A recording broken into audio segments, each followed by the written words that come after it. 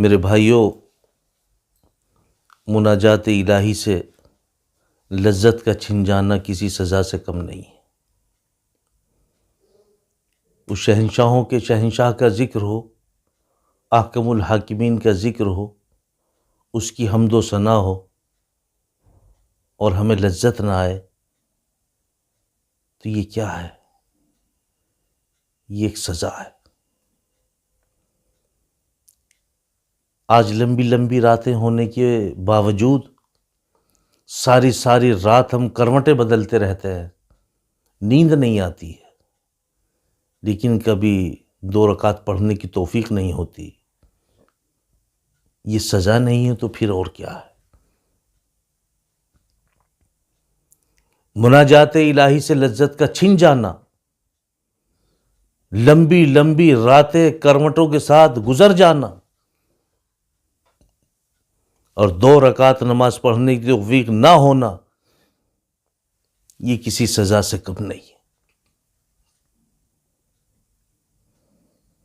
تہجد کا وقت وہ وقت ہوتا ہے کہ کچھ لوگ ہوتے ہیں جو تکیے پہ سر رکھ کے سوتے ہیں، کچھ لوگ ہوتے ہیں جو مصلی پہ سر رکھ کے روتے ہیں۔ یہ تو اللہ تعالیٰ نے اپنے بڑے چہیتے لاڈلے بندوں کے لیے تہجد کا وقت مقرر کیا کہ تہجد میں اٹھا کرو۔ تہجد کا وقت یہ اللہ سبحانہ و تعالیٰ سے مانگنے کا وقت ہے، جہاں ارادے بھی قبول ہو جاتے ہیں۔ منہ مانگی دعائیں نہیں، ارادے بھی قبول ہو جاتے ہیں۔ تہجد کا ایسا بابرکت وقت ہے کہ اس میں ایک ہوا ایسی چلتی ہے جو بہت سارے مرضوں کے لیے بڑی اکسیر ہے، اور تہجد کے وقت میں ایک ہوا ایسی چلتی ہے جو آپ کی صحت و تندرستی کے لیے بے حد اکسیر ہے۔ اور تہجد کی نماز جو ہے یہ قبر کی چوڑائی بڑھاتی ہے، اور سجدہ تو کوئی سا بھی ہو، پیشانی میرے اللہ سبحانہ و تعالیٰ کے پاؤں پہ رکھی جاتی ہے۔ لیکن آپ خود سوچیں، اس وقت اللہ تعالیٰ اپنے بندے کو کتنی محبتوں کے ساتھ دیکھتے ہوں گے۔ جب بندہ سردی کے موسم میں اٹھتا ہے اور ٹھنڈے پانی سے وضو کرتا ہے، اللہ تو اللہ ہے، اللہ بے نیاز ہے، وہ قادر مطلق ہے۔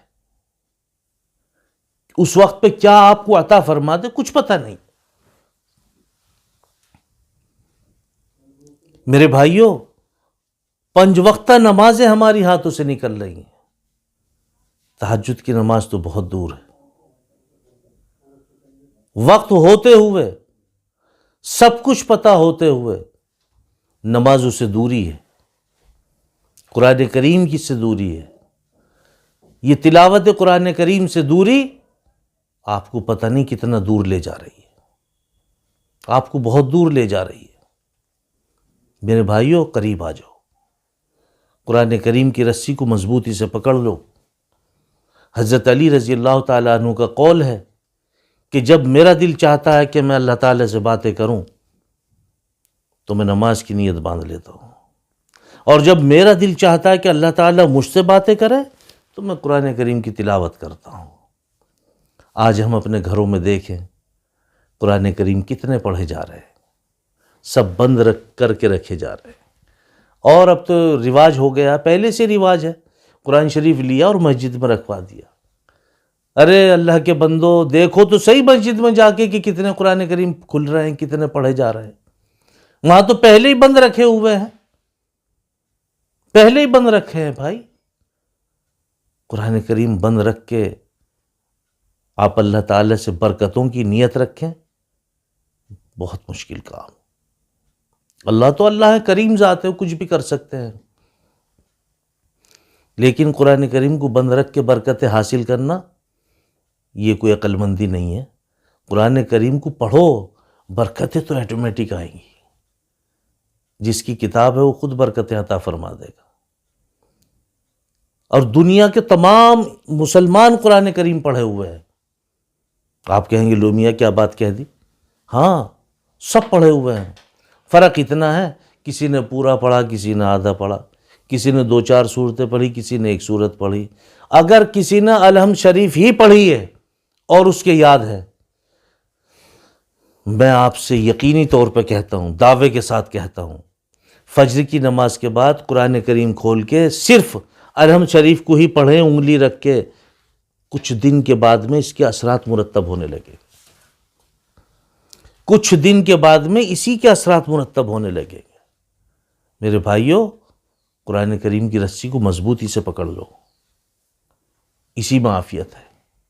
نمازوں کی پابندی، قرآن کریم کو مسلسل ذمہ داری کے ساتھ روزانہ تلاوت کرنا، اس کو اپنے یومیہ معمولات میں شامل فرما لو، اپنا شعار بنا لو، اسی میں عافیت ہے، اسی میں کامیابی ہے، اسی میں کامیابی ہے۔